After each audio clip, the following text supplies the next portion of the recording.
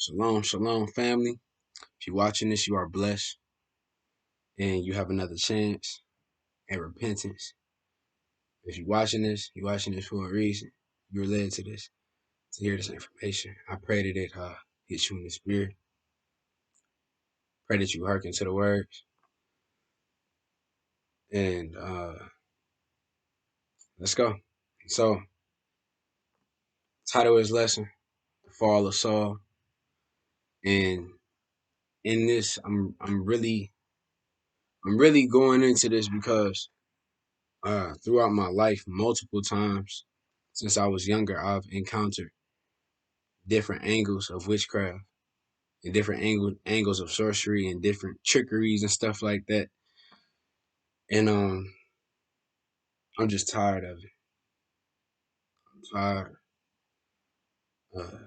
Satan is crafty, very crafty. Man, I'm not gonna go into details to everything that has came my way, but I will eventually. I rebuke you.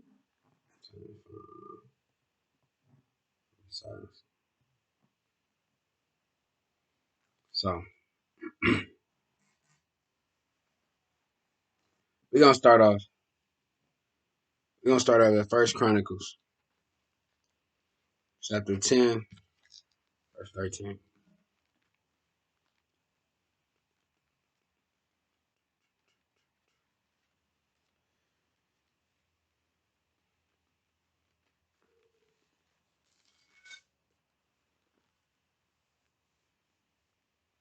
So Saul died for his transgression, which he committed against the Most High, even against the word of the Most High, which he kept not, and also for asking counsel of one that had a familiar spirit to inquire of it, and inquired not of the Most High. Therefore he slew him and turned the kingdom unto David, the son of Jesse. So I had to kick it off like that. Then we're going to go into, so look, now we're going to hit 1 Samuel 28. Let's get to it. Let's get to the meat. And this is something that's Saul is about to do, is something that's becoming more and more and more popular in the earth today. So here we go. 1 Samuel chapter 28, verse 1. And it came to pass in those days that the Philistines gathered their armies together for warfare, to fight with Israel. And Achish said unto David, Know thou assuredly that thou shalt go out with me to battle, thou and thy men? And David said to Achish, Surely thou shalt know what thy servant can do. And Achish said to David, Therefore I will make thee a keeper of mine head forever. Now Samuel was dead, and all Israel had lamented him and buried him in Ramah, even in his own city. And Saul had put away those that had familiar spirits and the wizards out of the land. Okay, so we're going to break this thing down piece by piece. Let's hit Leviticus 20 and 27. I'm going to have to go back and forth from my phone to the shore because this is about to get heavy. So we about to actually, let me get my pen. About to mark down how many times Saul said in this chapter. So we already got one. That's sin number 1. Verse 3. Let's go back to it. Now Samuel was dead, and all Israel had lamented him and buried him in Ramah, even in his own city. And Saul had put away those that had familiar spirits. Put away those that had familiar spirits and the word and the wizards out of the land. Okay. So Leviticus 20:27. All right, here we go.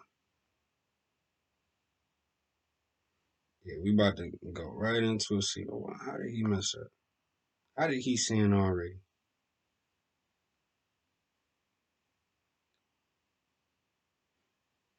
Let's go to verse 26 first. And ye shall be holy unto me, for I am the Lord. For I the Lord am holy, and have severed you from other people, that ye should be mine. We're about to go into why he severed us from other people. A man also or a woman that hath a familiar spirit, or that is a wizard, shall surely be put to death. They shall stone them with stones, their blood shall be upon them. So this is the Old Testament, where we just saw that at the beginning of chapter of in 1 Samuel chapter 28, that he put away those that had familiar spirits, you know what I'm saying, the witches and the wizards. He put them away. It was his duty as king to stone them and to put them to death. He messed up right there. That's the first sin. Let's go into what a familiar spirit is so we can have clarity. Familiar spirit, a spirit or a demon that serves or prompts an individual. The spirit of a dead person invoked by a medium to advise or prophesy. So familiar spirit, somebody that obeys a specific person that actually has a soul. To a living person, they obey this person. You know what I'm saying? They always reveal themselves to this person. You know, they're familiar to this person. So, mind you, he was supposed to put them to death, but he put them out of the land. Let's strike one. And the Philistines gathered themselves together and came and pitched in Shunem, and Saul gathered all Israel together, and they pitched in Gilboa. And when Saul saw the host of the Philistines, he was afraid, and his heart greatly trembled. And when Saul inquired of the Most High answered him not, neither by dreams, nor by Urim, nor by prophets. Then said Saul, so now, before we go to verse 7, so the Most High not even answering him.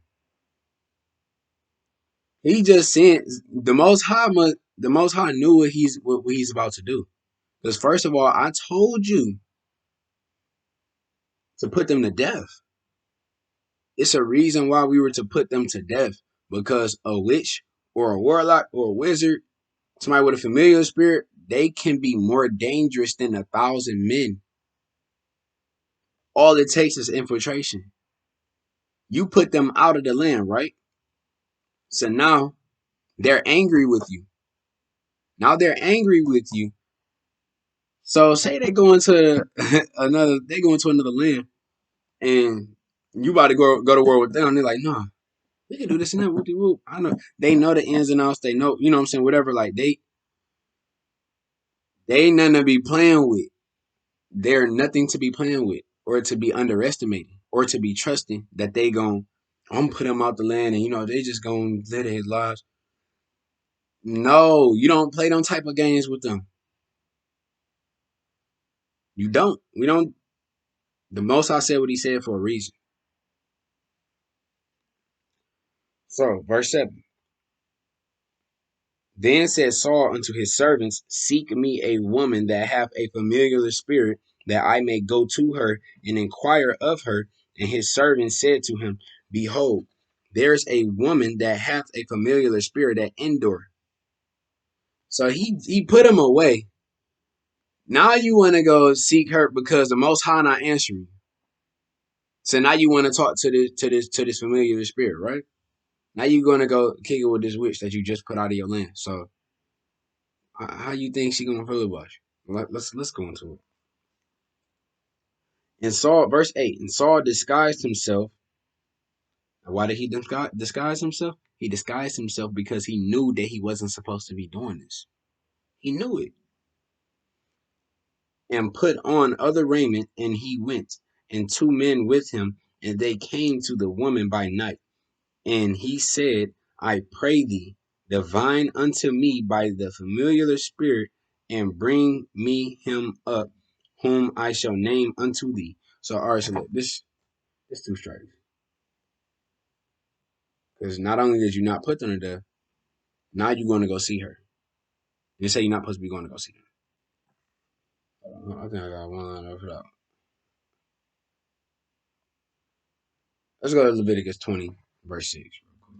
We're going to hold that. Go to Leviticus 20 and 6. And the soul that turneth after Saul, such as have familiar spirits and after wizards, to go a whoring after them, I will even set my face against that soul, and will cut him off from among his people. You see how he set his face against that? Why you think the Most High, back in verse 6, the Most High wouldn't even answer him? Because first of all, you done messed up. So now you got in the back of your head, you know what I'm saying, that you're saving them. That's why you didn't put them to death, because you low-key might be saving them for something. But one day when the Most High not answering you, he said he would cut them off from among his people, which, yeah. Sanctify yourselves, therefore, and be ye holy, for I am the Lord your God, and ye shall keep my statutes and do them. I am the Lord which sanctify you. Let's go back into it. Verse 9. And the woman said unto him, Behold, thou knowest what Saul hath done, how he hath cut off those that have familiar spirits, and the wizards out of the land. Wherefore then layest thou a snare for my life to cause me to die? So now, she like, Saul already talking to Saul. Saul just, I know that, what I'm saying, that Saul cut off those that have familiar spirits in the wit. You trying to trap me? So she don't trust bro already. Bro already disguised. So like I said, you can't trust them, and now she don't trust you. So let's keep on going. And Saul swear to her by the Lord. It's another strike. Swear to her by the Most High. Swear to no witch by the Most High. Come on, bruh. As the Lord liveth, there shall no punishment happen to thee for this thing. You lied. Because punishment, that's 4 strikes. Nah, that's 4 strikes.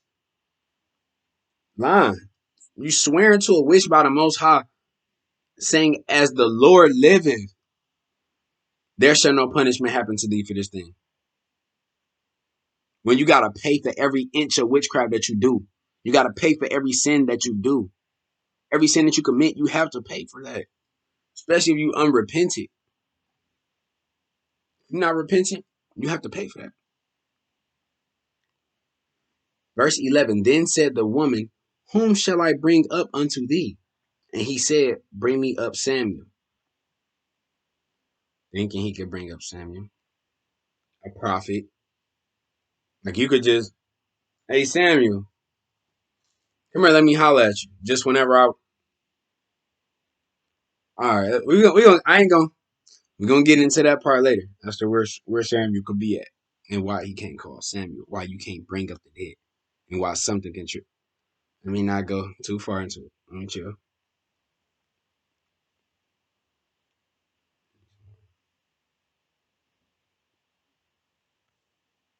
Hold up. All right.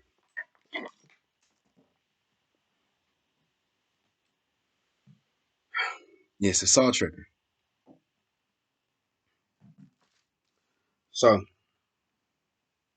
let's get to verse 12.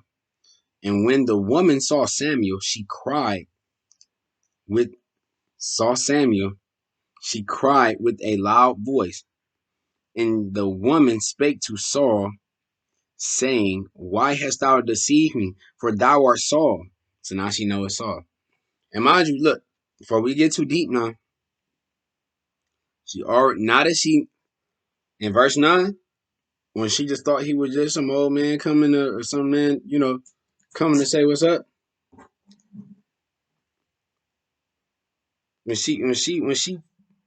When that was her perception, she thought that he was trying to set her up to die. Now she know that you're Saul. Not so like I said, you can't trust them. So this whole time he came to inquire her of a familiar spirit. She could be tricking him. She could be bringing up a demon. The familiar spirit that she has could be acting like it's Samuel now.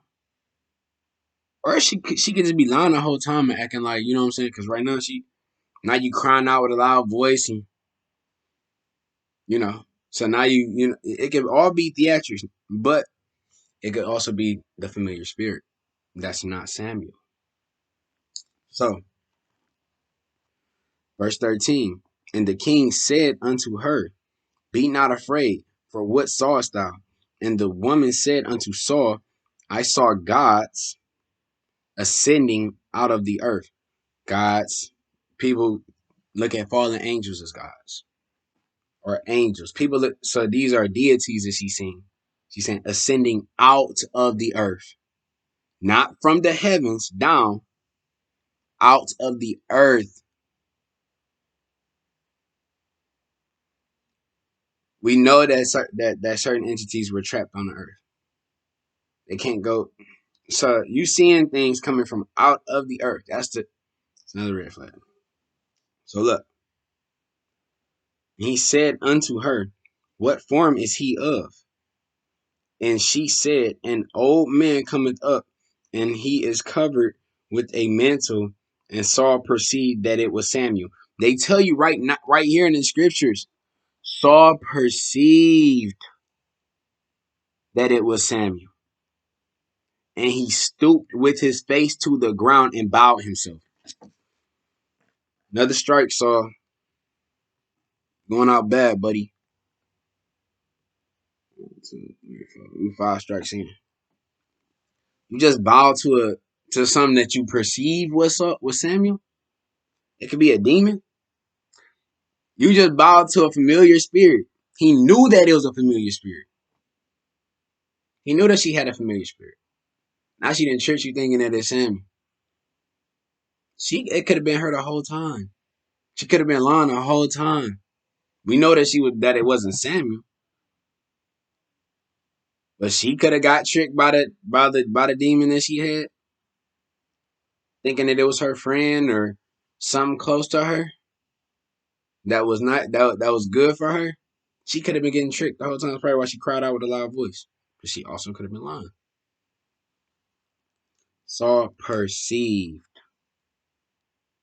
Perception does not mean truth. Saul perceived that it was Samuel. He stooped with his face to the ground and bowed himself. So you just bowed to a demon, bro.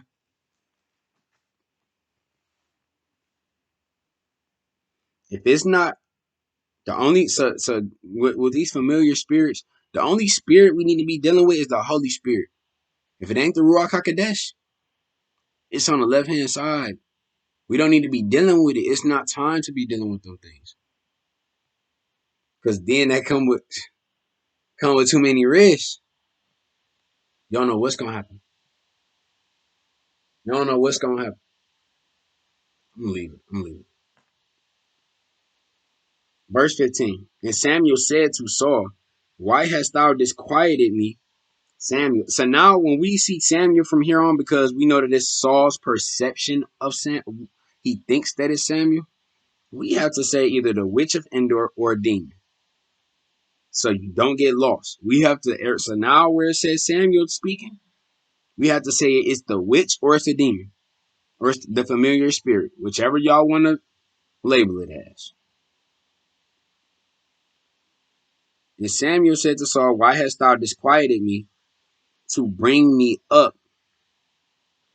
And Saul answered, I am sore distressed, for the Philistines make war against me, and the Most High is departed from me, and answereth me no more. Neither by prophets, nor by dreams. Therefore I have called thee, that thou mayest make known unto me what I shall do. So, bruh going off. Bruh's going off. The Most High ain't. Just give him another strike just cause. You know what? That's another strike. Cause now you talking to this thing, talking about some. You putting your trust in it. That's why you get another strike. Not just for no reason. I feel like now you get another strike. That's 6 strikes because you putting your trust in this familiar spirit just because the Most High didn't answer. If the Most High wasn't answer you, you think he about to let a witch bring his prophet up? You think he about to let a witch bring his righteous prophet up? He chilling with the Most, or he's in his chamber. Hey Samuel, hey Samuel, bro. Hey, bro. The angels, where the angels guarding him at? Angels guarding his chamber.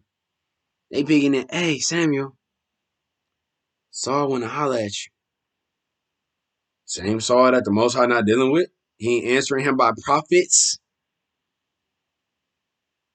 If the Most High not letting living prophets answer him, how would he? We're talking about the Most High. I don't care what a witch or a wizard can do or what they could levitate something in front of your face so they can tell you something about your life. They can tell you and amaze you.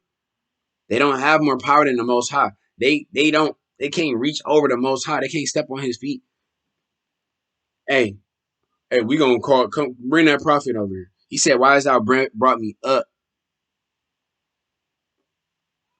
Tricking him, tricking him. You perceive that it was. You perceive that it was Samuel, all because it was an old man girded with a mantle. All right. And the whole time he ain't even seeing this thing. He's not even seeing this thing. So he's talking to the witch. So the witch just, she's the medium now. She's the channeler. She's speaking for the spirit. She's being used. Maybe. If she not lying. So, and you trusting in this thing, so you think the Most High gonna let a prophet that has passed on, that should be in his chambers right now, resting to the day of judgment. Think he gonna let dead prophet answer you and tell you what you should do and prophesy to you when he's not letting the living prophesy to you? Don't make sense at all. Bruh going off. Then said Samuel, wherefore, then said Samuel, or demon, or witch, wherefore then dost thou ask of me, seeing the Lord is departed from thee and is become thine enemy? So now this thing telling you that the Lord is your enemy. And the Lord have done to him as he spake by me. For the Lord have rent the kingdom out of thine hand, and given it to thy neighbor, even to David, because thou obeyest not the voice of the Lord, nor executest his fierce wrath upon Amalek. Therefore hath the Lord done this thing unto thee. Moreover, the Lord will also deliver Israel with thee into the hand of the Philistines, and tomorrow shalt thou and thy sons be with me. Let's pause right there. He just let this thing tell him where he's going to go. Now you going to be with me. The Lord your enemy. Now you going to be with me, not tomorrow. If the Lord not even dealing with you, He's not answering you or nothing, how's he going to be with you? Now, if a prophet who's supposed to be in the chamber, but you saying that he going to be with you, him and his son's going to be with you, it's not lining up. The Lord not even dealing with him. So how's he going to be with Samuel?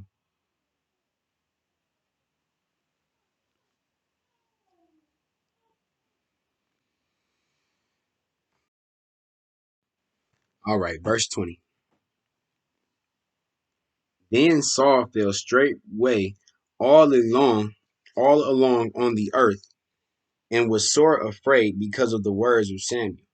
And there was no strength in him, for he had eaten no bread all the day nor all the night. And the woman came unto Saul and saw that he was sore troubled. So mind you, he eat no bread, he weak now, right? Can't move. So, and the woman came unto Saul and saw that he was sore troubled, and said unto him, Behold, thy handmaid, I see thy handmaid hath obeyed thy voice, and I have put my life in my hand. I have put my life in my hand.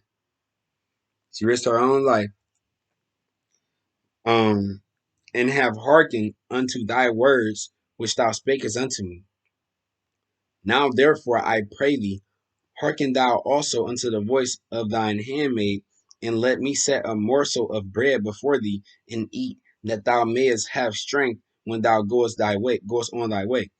So now she your handmaid, and she asking you to eat.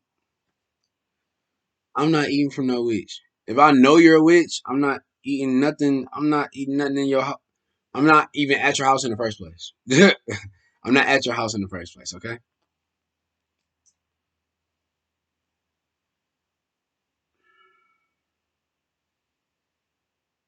Bro tripping. Bro was tripping.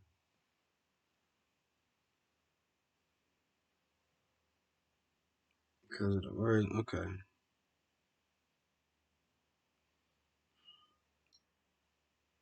All right. Verse 23. But he refused.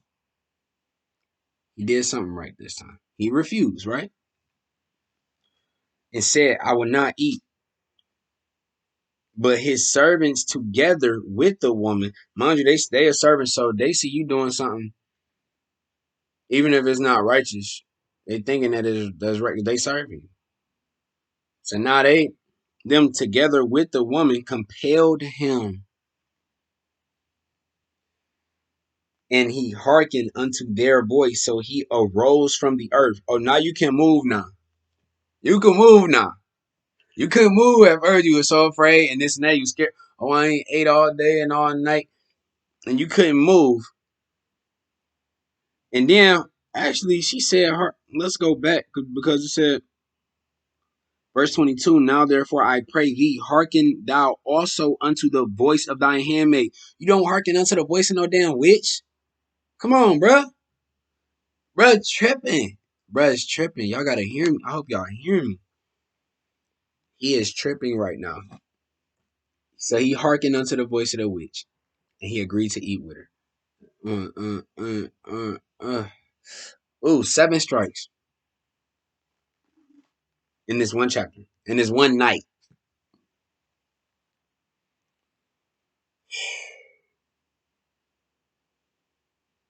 Dang, this messed up.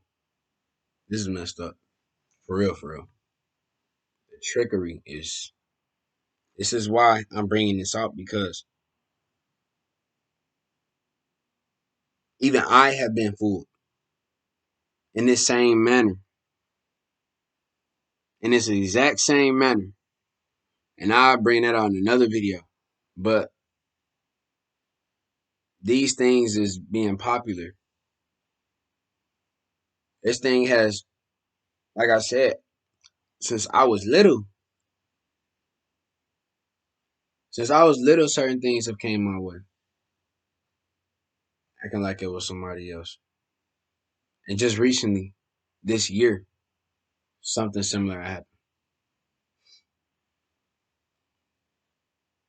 Can't trust no damn witch. You gonna hearken unto the voice of the witch. You gonna eat with her, bruh. So let's get into it. They compelled him, right? And he hearkened unto their voice. So he arose from the earth and sat upon the bed. He got energy now. Now he could now you now you can, bro. You had enough strength to walk up out of that crib. You had enough strength to leave your house. Got some chili in the grill. So, verse 24. And the woman had a fat calf in the house, and she hasted and killed it. She hurried up to sacrifice that thing, bruh. It don't even have to say she sacrificed. She hasted. She don't care about no damn Saul. She don't care about him. She didn't, when she said, oh, Let's go back. Verse 22. Now therefore, I pray thee, hearken thou also unto the voice of thy handmaid. Let me set a morsel of bread before thee, and eat, that thou mayest have strength when thou goest on thy way. Now you care about Saul, the same one that put all y'all out of the land. Yeah, he spared you. He was supposed to kill you, but now you, now you care about Saul. Okay, trickery. They always seem like they nice or they want something good for you. They're tricking you this whole time. This whole time, bruh, being deceived. This is deception of Hashatan, man. We have to. And this why the Most High gave me this lesson.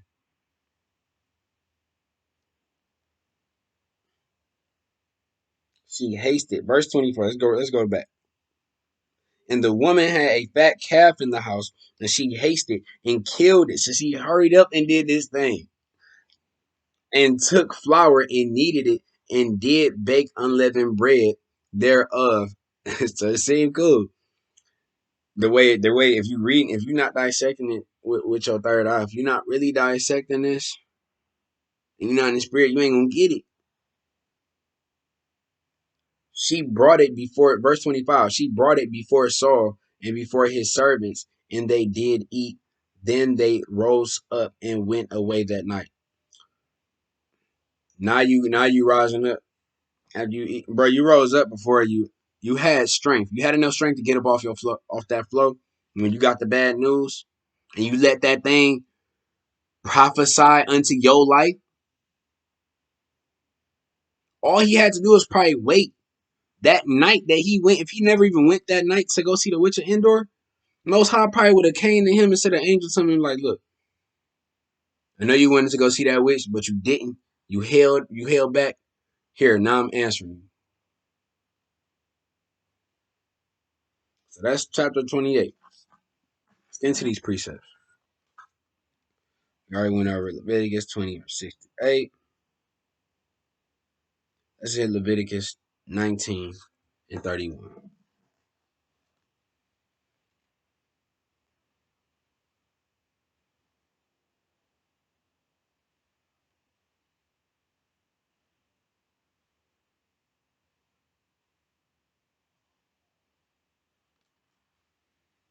Hold up. All right, here we go. Leviticus chapter 19, verse 31. Regard not them that have familiar spirits, neither seek after wizards to be defiled by them. I am the Lord your God. If you come into anybody trying to come into any higher power than yourself or any other, you know what I'm saying, spiritual power, that's not the Most High. That's why he said, I am the Lord your God. If we doing that, that's a type that can be looked at as a form of worship. That can be looked at as paganism. So it's another one. Deuteronomy 18, verse 9. We got precepts lined up, so let's go. This is heavy. When thou art come into the land which the Lord thy God giveth thee, thou shalt not learn to do after the abominations of those nations. He said this for a reason. He said this for a reason. This is a custom that's not the custom of the Hebrews. This is not a custom of ours. To be trying to raise the dead and see what you're not supposed to be learning them things. Because that goes down a long road of some other stuff. And it don't stop. So when do you draw the line at? You know what I'm saying? Where do we draw the line at? And say, okay, this is witchcraft. When we think we're just when it comes down to casting spells on somebody, that's where we draw the line at. We draw the line at seeking some familiar spirit. We draw the line right there.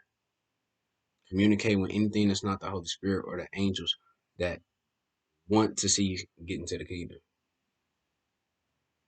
So let's keep on going. Verse 10.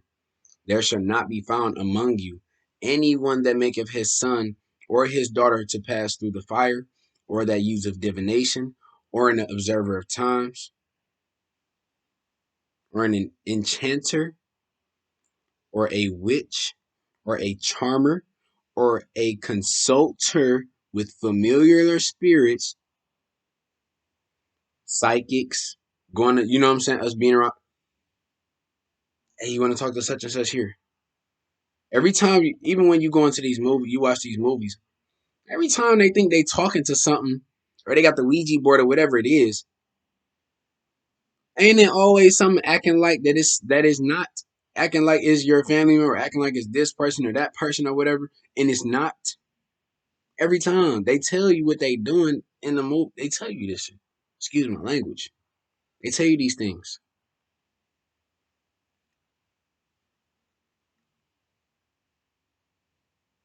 Verse 11, or a charmer, or a consulter with familiar spirits, or a wizard, or a necromancer.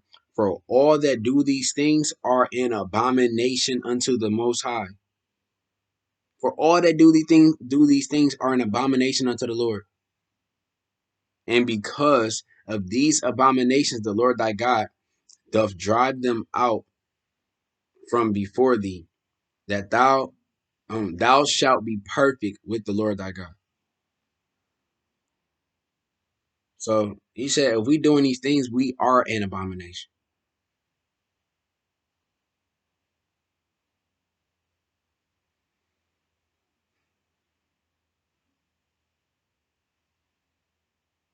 So let's go to verse 14. For these nations which thou shalt possess, we're going to own them, hearken unto observers of times, and unto diviners. But as for thee, the Lord thy God have not suffered thee so to do. That's stuff that they do. Not something that we do. We ought to be set apart. We ought to be a holy people.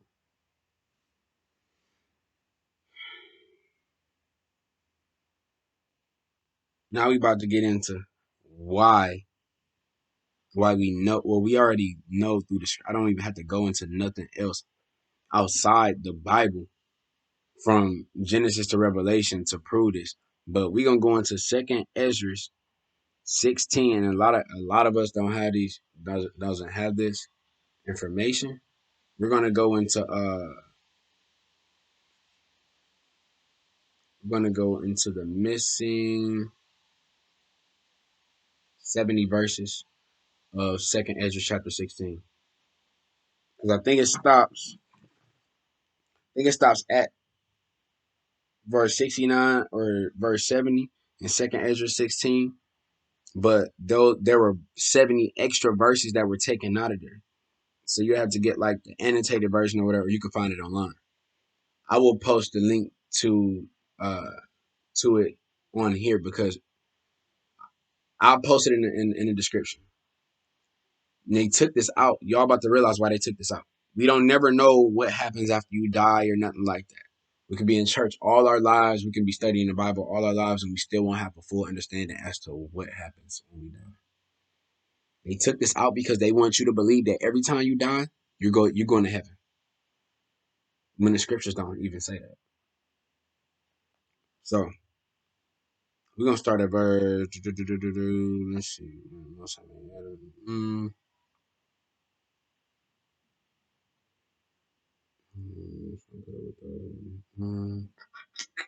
gonna start at.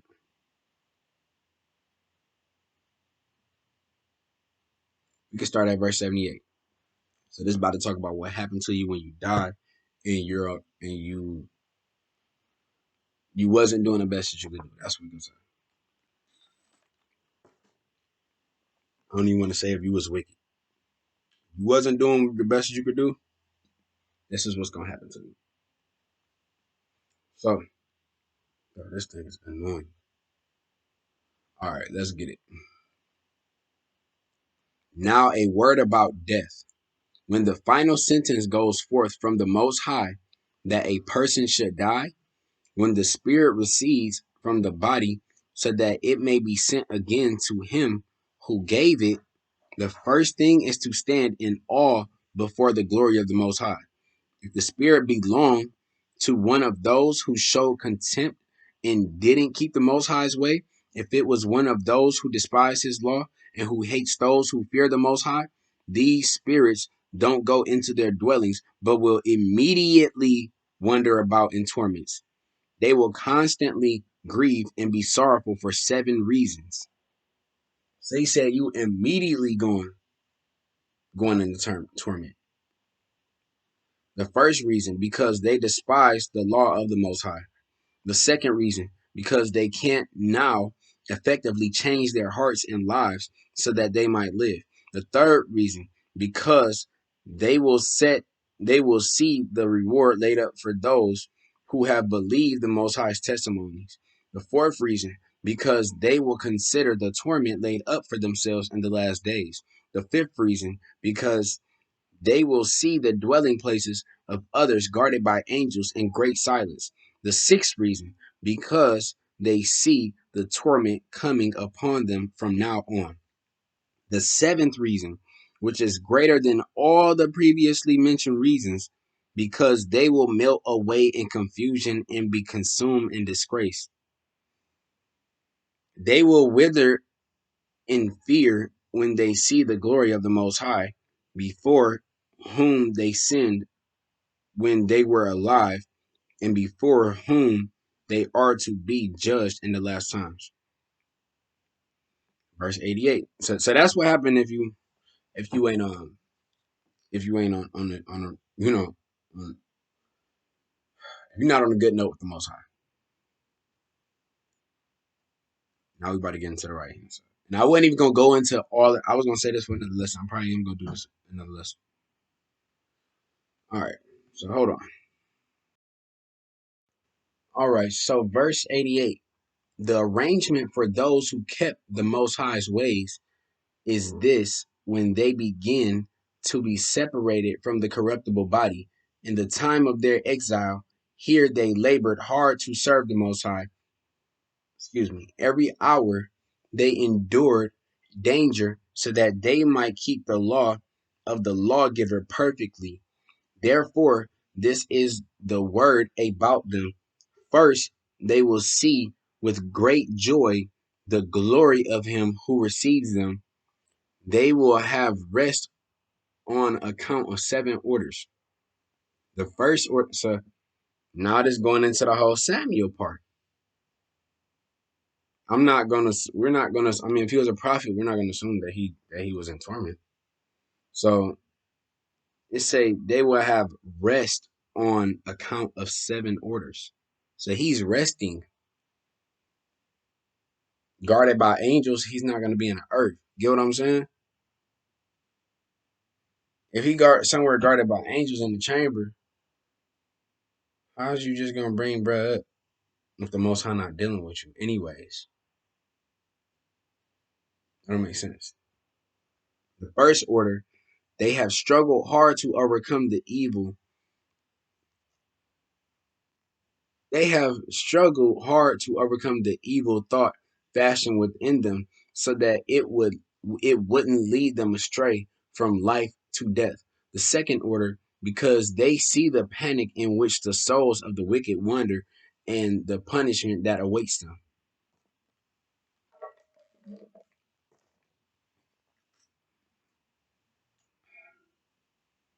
So they have to see these people that are going through these things. Like while you in your chamber, you have to see people that's being tormented.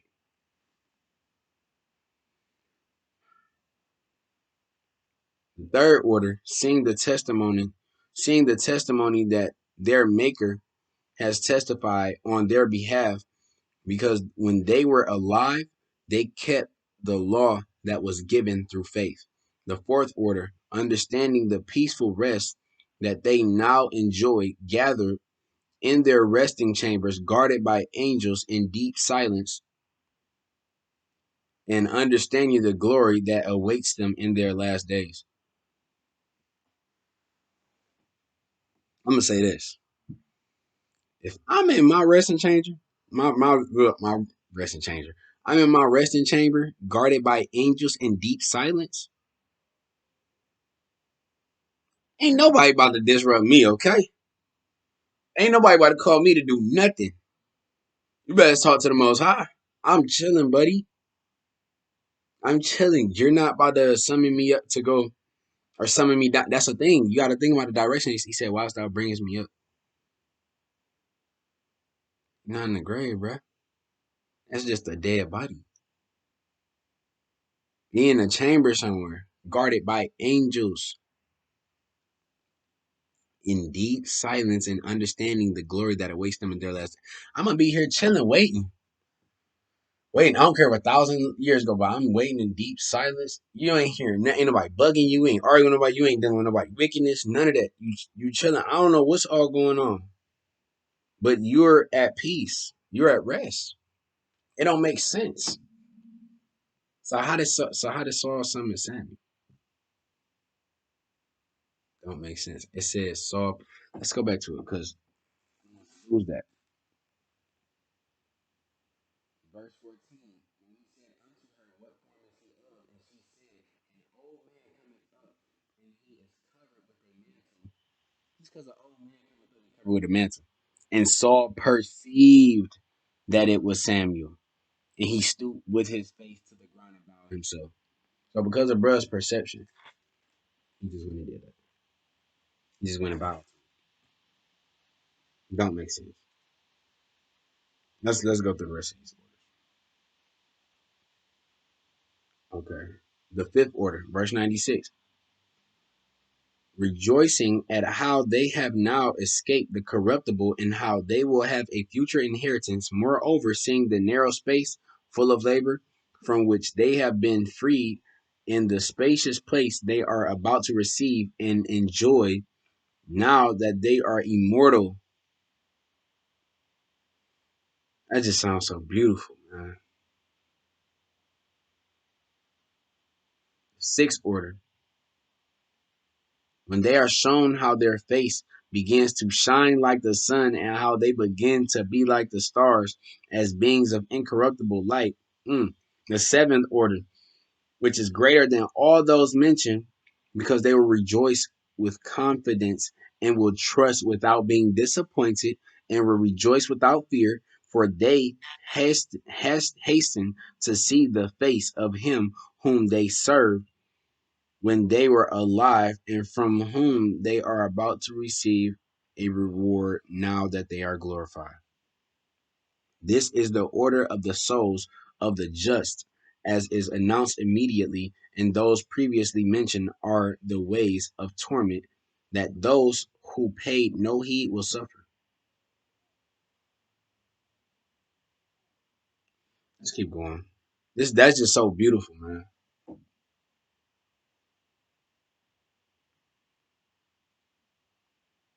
Verse 100. I answered, will time therefore be given to souls after they are separated from the bodies to see what you told me? He said they will be free for 7 days, for 7 days, so that they may see in those 7 days the things that have been foretold. After this, they will be gathered in their dwelling places. So let's say this. Even if, let's say, if they did summon Samuel because he was free for 7 days. Let's say he went to go see the witch within those 7 days after Samuel died, right?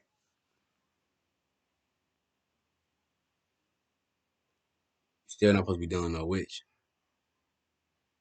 So if I know where I'm going, if I know I'm about to be with the Most High, and I know I'm about to be guarded by angels, you think I'm about to risk that within these 7 days by going to a witch because she summoned me to talk to Saul that the Most High is not dealing with? Come on, bro. It's not. We can't even make it make sense. 1 second. We about to get into one more. All right, now we're about to see the fate of Saul. About to see what happened to him. Because remember, he went to the witch, talked to the familiar spirit. The familiar spirit, you're going to be with me. You and your sons are going to be with me tomorrow. So that Saul know that the Most High wasn't dealing with him. The familiar spirit even told him, ain't no damn demon about to tell me I'm about to be with them tomorrow. I'm going to get my shit in. Excuse my language. I'm going to try to get myself in order and figure out what I can fix. Feel me? So,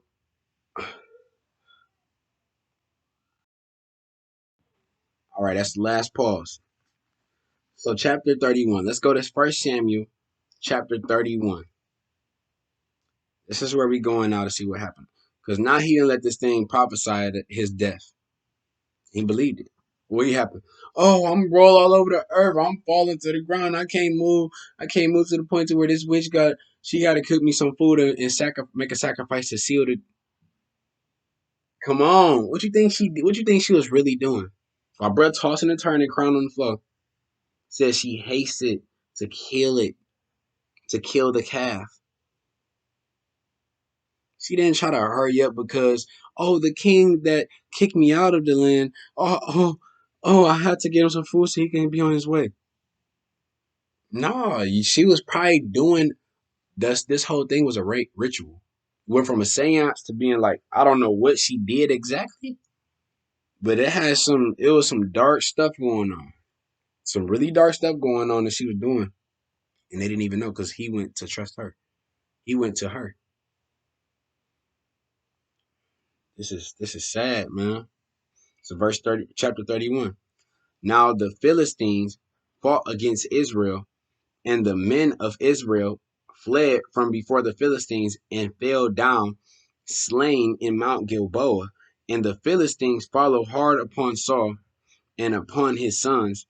And the Philistines slew Jonathan and, let me get this right, Abinadab, there we go, and Melchishua, Saul's sons.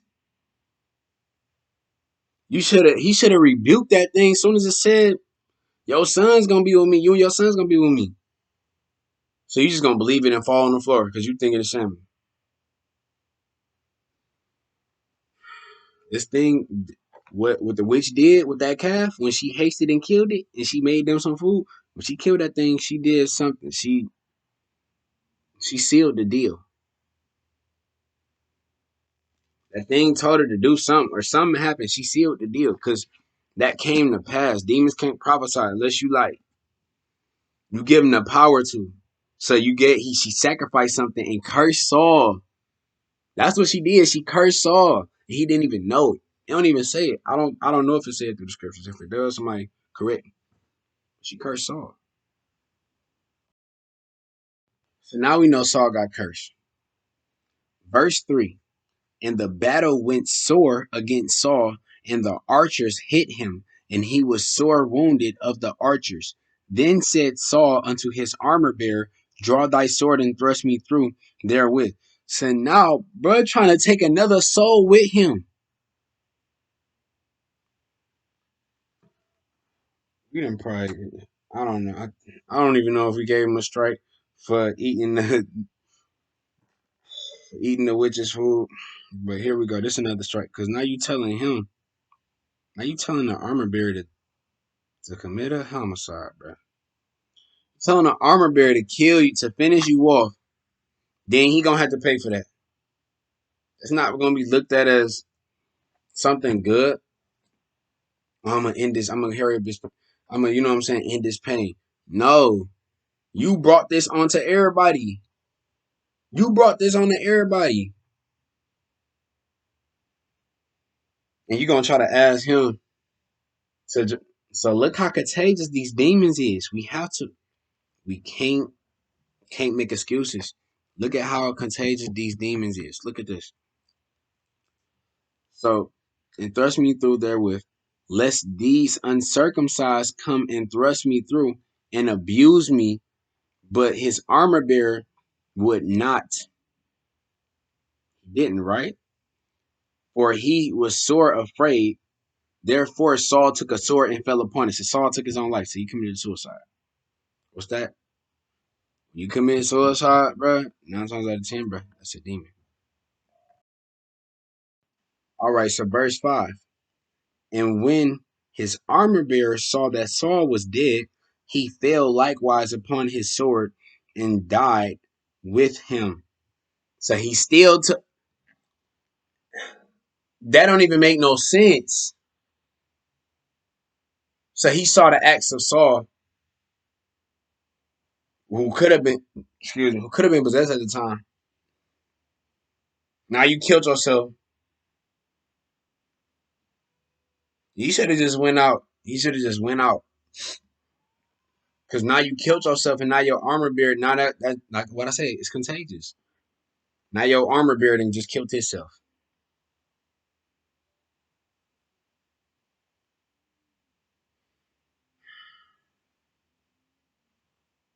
Man, that's heavy.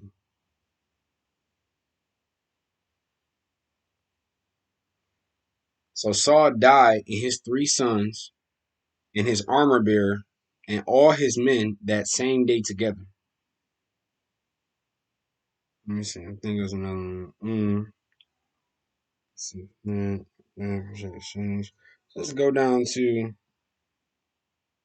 No, we can read verse 7. And when the men of Israel that were on the other side of the valley, and they that were on the other side Jordan, saw that the men of Israel fled, and that Saul and his sons were dead, they forsook the cities and fled. That rhymes. And the Philistines came and dwelt in them. And it came to pass on the morrow, when the Philistines came to strip the slain, they found Saul and his 3 sons fallen in Mount Gilboa, and they cut off his head and stripped off his armor, and sent into the land of the Philistines round about to publish it in the house of their idols and among the people. And they put his armor in the house of Ashtaroth, and they fastened his body to the wall of Bethshan.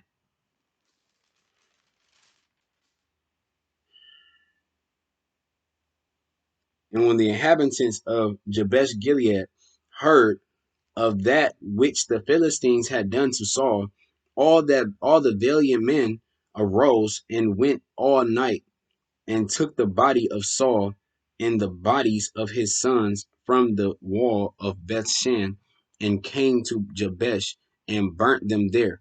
And they took their bones and buried them under a tree at Jabesh and fasted 7 days. So Philistines and took his body, took his head, and basically made him an example. This your king? Sad. Sad.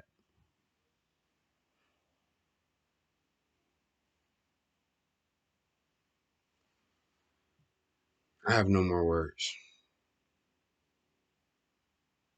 Ray Paneah is out. Shalom. Y'all have a blessed day or night. Whenever you watching this, you have a blessed one. Guard yourself. Guard yourself from the ways of Satan. Stay diligent. Shalom. Much love.